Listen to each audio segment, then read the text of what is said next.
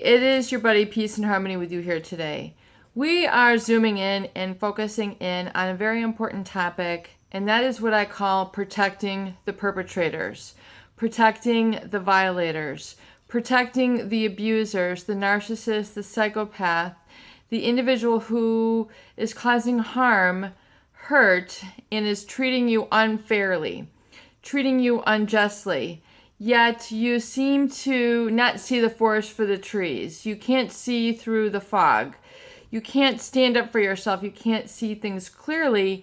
And this oftentimes occurs when people who are in a relationship with a narcissist or a psychopath get into a phase, sort of a mindset, a sort of cognitive dissonance where they are trying to protect the perpetrator or violator, make excuses for them, make excuses for why you should feel stuck.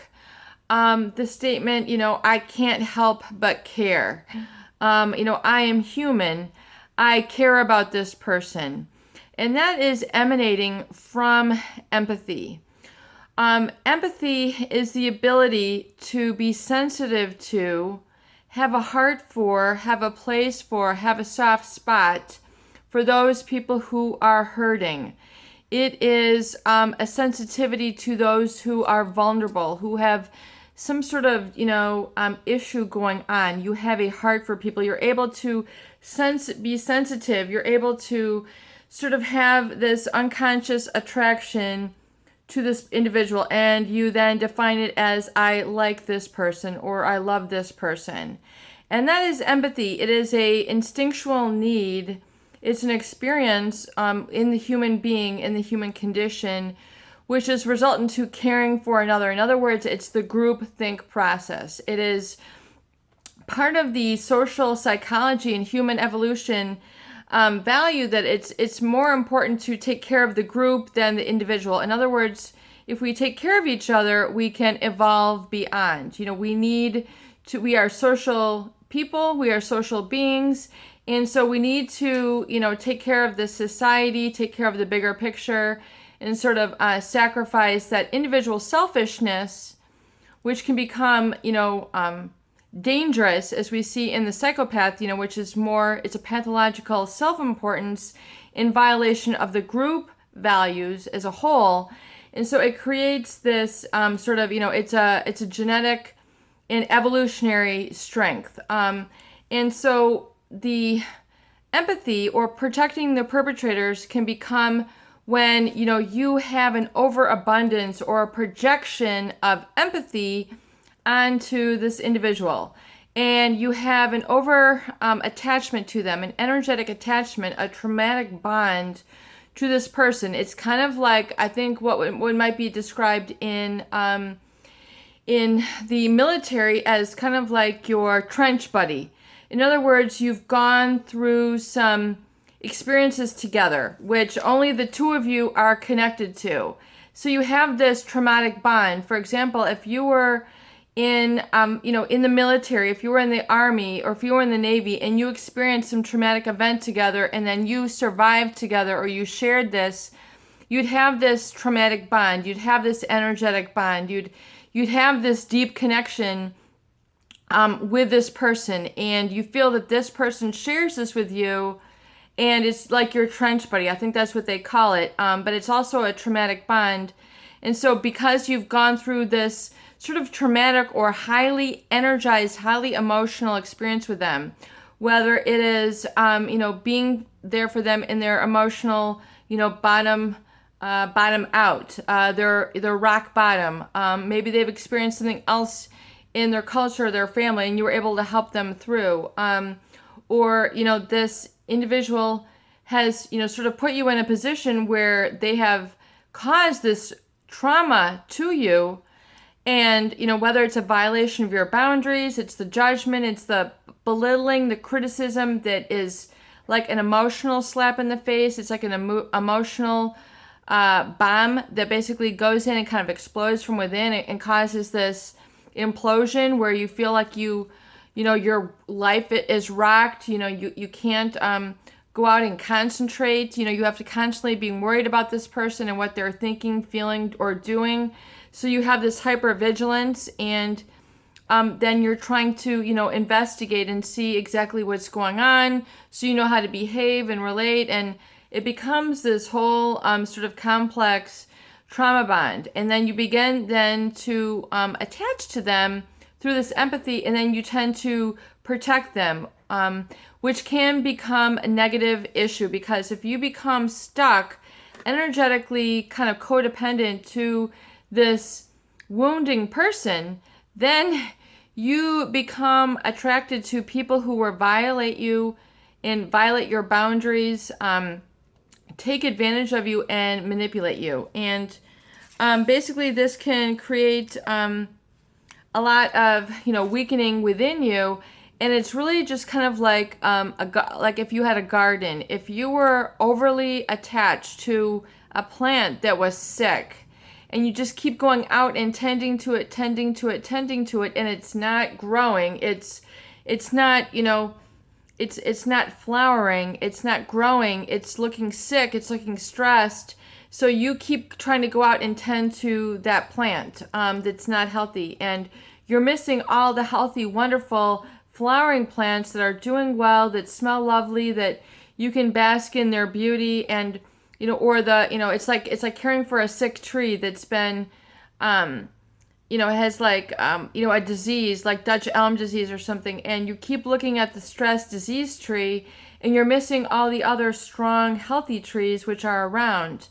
And this can become a situation where basically you're engaging in a Stockholm syndrome, where you're identifying with the abuser, and you're becoming attached to them. And and even though they have moved on with their life, even though they're not caring for you, even though they're not good to you, you can't see it through clear eyes. So you need to detach from this role, very much like a job role, like an employment role. You need to detach from this habitual emotional feeling, which becomes basically your subconscious mind, which is in your body. Basically, you become, attached to this person, and you become, habitually thinking about them, stuck, worrying about what they're thinking, saying, doing, and you're not focusing on yourself, your own growth, your own independence, your own autonomy. For some reason, the mind gets confused, and it says, you should not care about yourself. You should take care of this other person.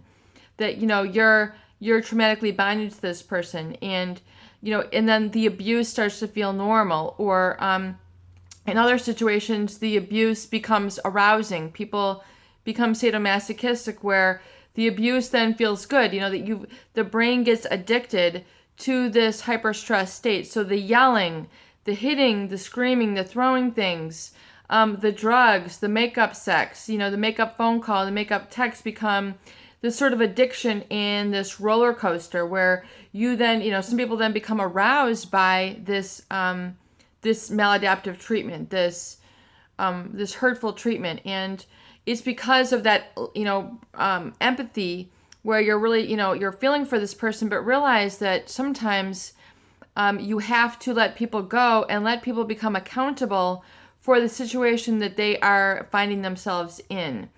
Yeah. So you have to stop the, Mother Teresa syndrome, the rescue. I am, the rescuer here. I am, the rescuer. I am rescuing this person. A lot of people feel that their relationships are kind of like the, the rescue dog, the rescue cat, the rescue pet, which is infested with fleas and ticks and is, crying in the woods.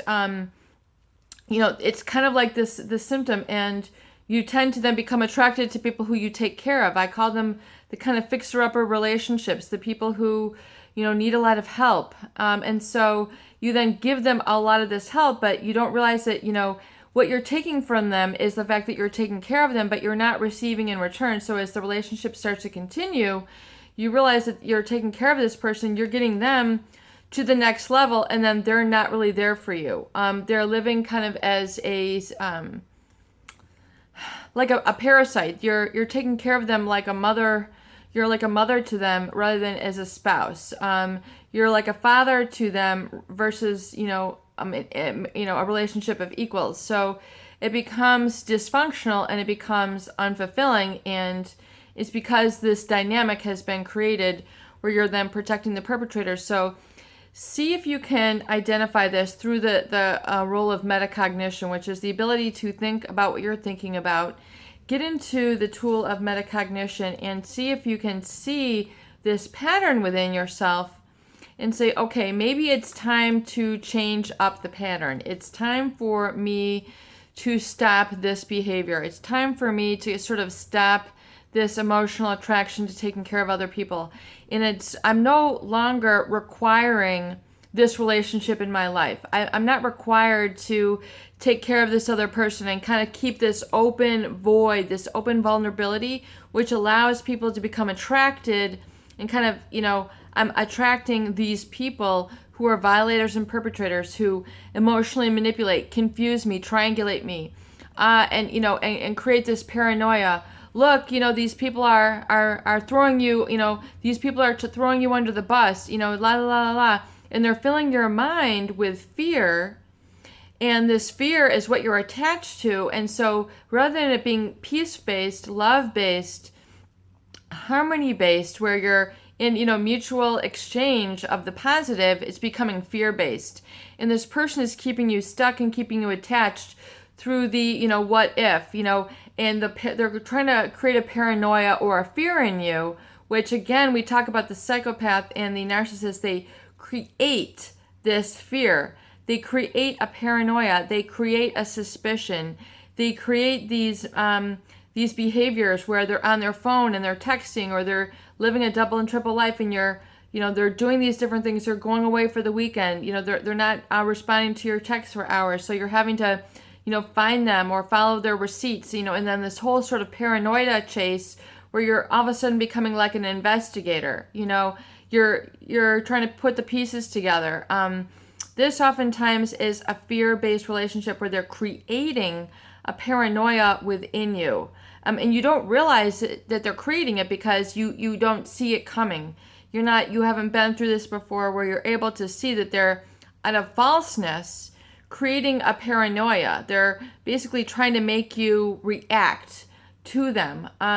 They're trying to say, oh, look at this, you didn't do this. And it has nothing to do with reality. You know your reality. Usually if you're in your stable state, productive state, you're able to see the reality and kind of know what it is. But the gaslighting makes you doubt your reality. It makes you doubt your self-care. It makes you doubt your self-importance. It makes you doubt your self-esteem. It makes you doubt your peace. And then so you're kind of in this, you're being kind of played by this person rather than letting them go and saying, or not even, responding and reacting to them.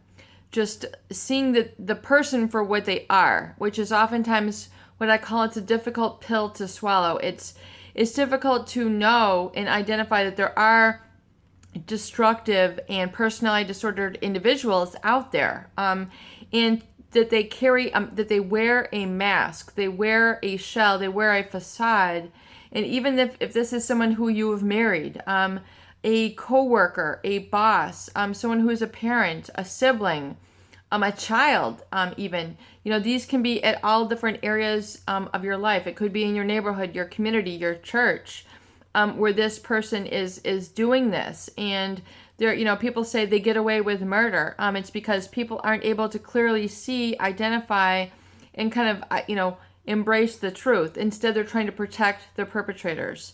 And they're doing this, as a way because it's just oftentimes it's the easy route out, or it's out of ignorance. They're ignorant to the effect, and so they just kind of give in to that fear and that paranoia and just continue to play along. They don't know better. So really, it's a time to know better, and it's a time to know how. And the how is basically the metacognition, having the ability to think about what you're thinking about, seeing this person from a different level, giving yourself the courage, the permission-based, I'm seeing it for what it is. I'm no longer, letting them slide. I'm now, identifying what I need to do, invalidating myself, and making those action steps, taking that radical action further to detach from them in the role of always trying to make excuses and caregive to people who are abusive, emotionally manipulative, and pathological, oftentimes pathological lying, and sort of controlling like a puppeteer in nature. It is peace and harmony with you here today. I hope these videos do help. Please share and please subscribe for more great tools, videos, discussion, and support.